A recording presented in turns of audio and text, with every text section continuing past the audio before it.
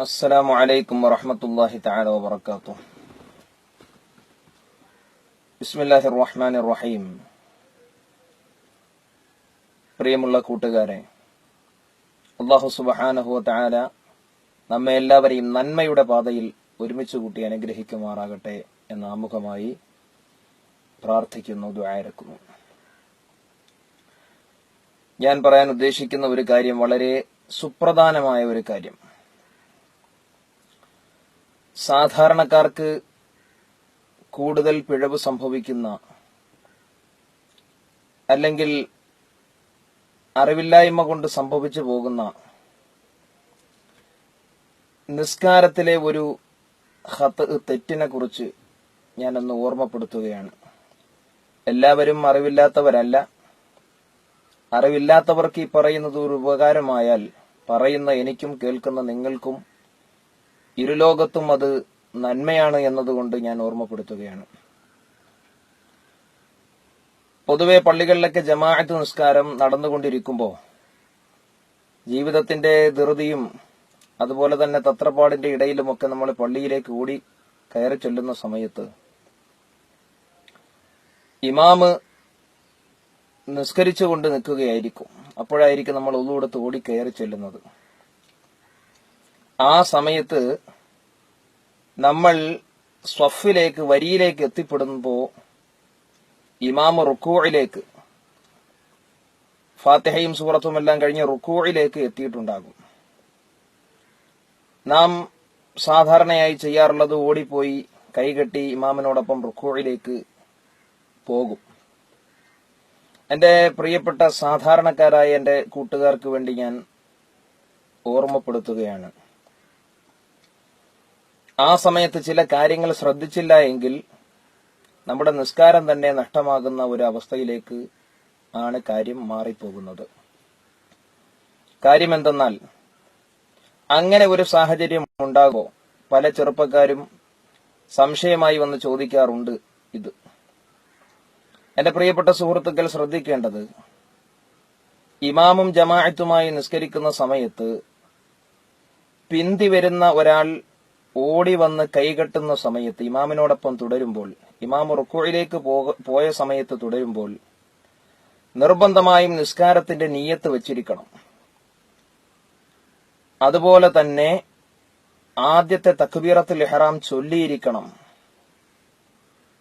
അതോടൊപ്പം ഇമാം റുക്കൂഇൽ നിൽക്കെ ഇമാമിനോടൊപ്പം റുക്കൂഅ് ചെയ്ത് ഇമാമിനോടൊപ്പം ഒരു സുബ്ഹാനല്ലാഹ് ചൊല്ലുന്ന സമയമെങ്കിലും റുക്കൂഇൽ ഇമാമിനോടൊപ്പം നമുക്ക് ലഭിക്കണം. അല്ലാത്ത പക്ഷം നമുക്ക് ആ റക്അത്ത് ലഭിക്കുകയില്ല. നമ്മൾ ഓടിയെത്തി, നിയ്യത്ത് വെച്ചു, തക്ബീർ ചൊല്ലി, ഫാത്തിഹ ഓതാൻ അവിടെ നിൽക്കണ്ട. മസ്ബൂക്കായി വരുന്ന ആൾ ഫാത്തിഹ ഓതേണ്ടതില്ല. അയാളുടെ ഫാത്തിഹ ഇമാമു വഹിക്കും. അതാണ് ഇമാമും ജമാഅത്തും നിസ്കാരത്തിന്റെ പ്രാധാന്യം. അതാണ്. താമസിച്ചു വരുന്നയാൾ, അദ്ദേഹത്തിന് ഫാത്തിഹ ഓതാനുള്ള സമയം ലഭിച്ചില്ല എങ്കിൽ അദ്ദേഹം റുക്കൂഅ് ചെയ്യുക. അദ്ദേഹം ഇമാമിനോടൊപ്പം റുക്കൂഅ് ചെയ്ത് ഒരു തസ്ബീഹ്, സുബ്ഹാനല്ലാഹ്, അത്രയും മതി. ഒരു സുബ്ഹാനല്ലാഹയുടെ സമയമെങ്കിലും ഇമാമിന്റെ കൂടെ അയാൾക്ക് ലഭിച്ചാൽ, അഥവാ ഞാനൊരു സുബ്ഹാനല്ലാഹ് ചെല്ലുന്ന സമയം കഴിഞ്ഞിട്ടാണ് ഇമാം സമിഅല്ലാഹു ലിമൻ ഹമിദ പറഞ്ഞതെങ്കിൽ അയാൾക്ക് ആ റക്അത്ത് കിട്ടി. അദ്ദേഹം ഫാത്തിഹ ഓതേണ്ടതില്ല. ഫാത്തിഹ ഓതാതെ തന്നെ അദ്ദേഹത്തിന് ആ റക്അത്ത് ലഭിച്ചു.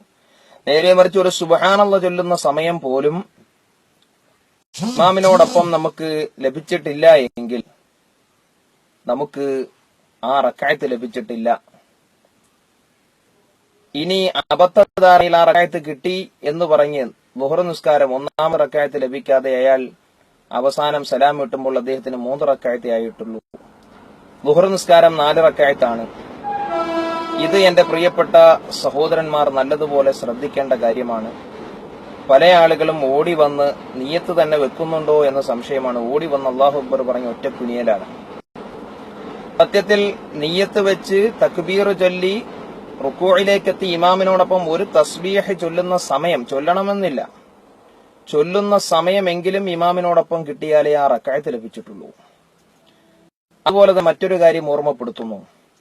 താമസിച്ചു വരുന്നവർ ഒന്നാമത്തെ റക്അത്ത്, ഉദാഹരണമായി ളുഹർ നിസ്കാരം ഒന്നാമത്തെ റക്അത്തിൽ താമസിച്ചാണ് എത്തിയത്, അഥവാ ഇമാം റുക്കൂഇലേക്ക് പോകാൻ അല്പസമയം മുമ്പ് നമ്മൾ എത്തിച്ചേർന്നാൽ കൈകെട്ടി നമ്മൾ ചെയ്യേണ്ടത് വജ്ഹത്ത് ഓതലല്ല.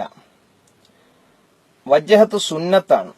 നേരെ മറിച്ച് ഫാത്തിഹ ഫർളാണ്, നിർബന്ധമാണ്. ഓതിയില്ലെങ്കിൽ നിസ്കാരം കിട്ടൂല. വജ്ഹത്ത് ഓതിയില്ലേലും നിസ്കാരം ലഭിക്കും.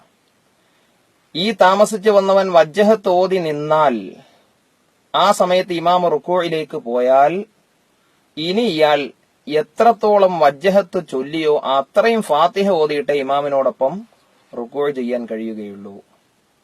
അല്ലാത്ത പക്ഷം വജ്ഹത്ത് ഓതിക്കൊണ്ട് നിൽക്കുന്ന സമയത്ത് ഇമാം അങ്ങ് റുക്കൂഇലേക്ക് പോയി നമ്മൾ ഫാത്തിഹ ഓതാതെ ഇമാമിനോടൊപ്പം അങ്ങ് റുക്കൂഇൽ പോയാൽ അയാൾക്ക് ആ റക്അത്ത് ലഭിക്കുകയില്ല. ഇത് പ്രത്യേകമായി നമ്മൾ പഠിച്ചു വെക്കേണ്ട കാര്യമാണ്. അല്ലാത്ത പക്ഷം പലരുടെയും നിസ്കാരം വെറുതെ സമയം കളയൽ മാത്രമായി തീരും.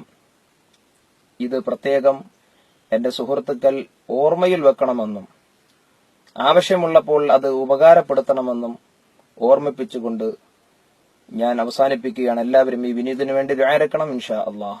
എന്റെ ദുആകളിൽ എന്റെ സുഹൃത്തുക്കൾ മുഴുവനും ഉണ്ടാകും എന്ന് വസിയത്തായി പറഞ്ഞുകൊണ്ട് ആഖിറു ദഅ്വാനാ അൽഹംദുലില്ലാഹി റബ്ബിൽ ആലമീൻ.